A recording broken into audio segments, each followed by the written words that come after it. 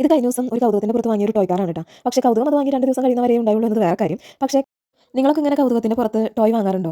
ഞാൻ മിക്കപ്പോഴും ചില കാണുന്ന ടോയ്കൾ നമുക്ക് ഇങ്ങനെ ഒരു സന്തോഷം തരുന്ന ടോയ്കളുണ്ടെങ്കിൽ അത് വാങ്ങാറുണ്ട്. അത് നമുക്ക് എപ്പോഴും ഒരു അത്ഭുതമാണല്ലോ. ഇപ്പോഴും ചില ടോയ്കളൊക്കെ കാണുമ്പോൾ നമ്മളിൽ ഭയങ്കര നമ്മുടെ ആ കുട്ടിത്തം ഒന്ന് ഉണരും. അപ്പോൾ അങ്ങനെ അത്ഭുതം തോന്നുന്ന ചില ടോയ്കളൊക്കെ നമ്മൾ ഇടയ്ക്ക് വാങ്ങും.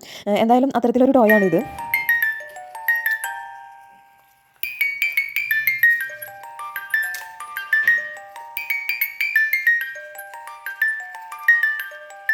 ഇതിലെ കാറിൻ്റെ ഒരു ഓട്ടം കണ്ടപ്പോൾ എനിക്ക് തോന്നിയത് മറ്റൊരു കാര്യമാണ്. നമ്മളെല്ലാവരും ഒരേ ദിശയിൽ കറങ്ങിക്കൊണ്ടിരിക്കുന്നവർ ആണോ എന്നൊന്ന് ചിന്തിക്കാനുണ്ട്.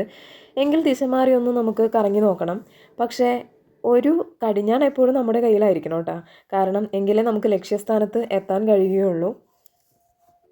എപ്പോഴും നമുക്കൊരു ലക്ഷ്യസ്ഥാനം ഉണ്ടായിരിക്കണം. പക്ഷേ ലക്ഷ്യം മാത്രം പോരാ, അതിലേക്കുള്ള ചവിട്ടുപടികൾ ചവിട്ടി തന്നെ കയറണം എന്നതുകൂടി നമ്മൾ ഓർക്കേണ്ടതുണ്ട്.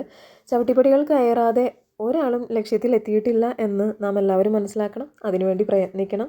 നാളെ മുതൽ നിങ്ങളുടെ പ്രയത്നം അതിനാവട്ടെ. നാളെ മുതലല്ല, ഇന്നു മുതൽ തന്നെ പറ്റുമെങ്കിൽ അത് ചെയ്യണം. നമുക്കെല്ലാവർക്കും നമ്മുടെ ലക്ഷ്യസ്ഥാനത്തിലേക്ക് എത്താൻ സാധിക്കും.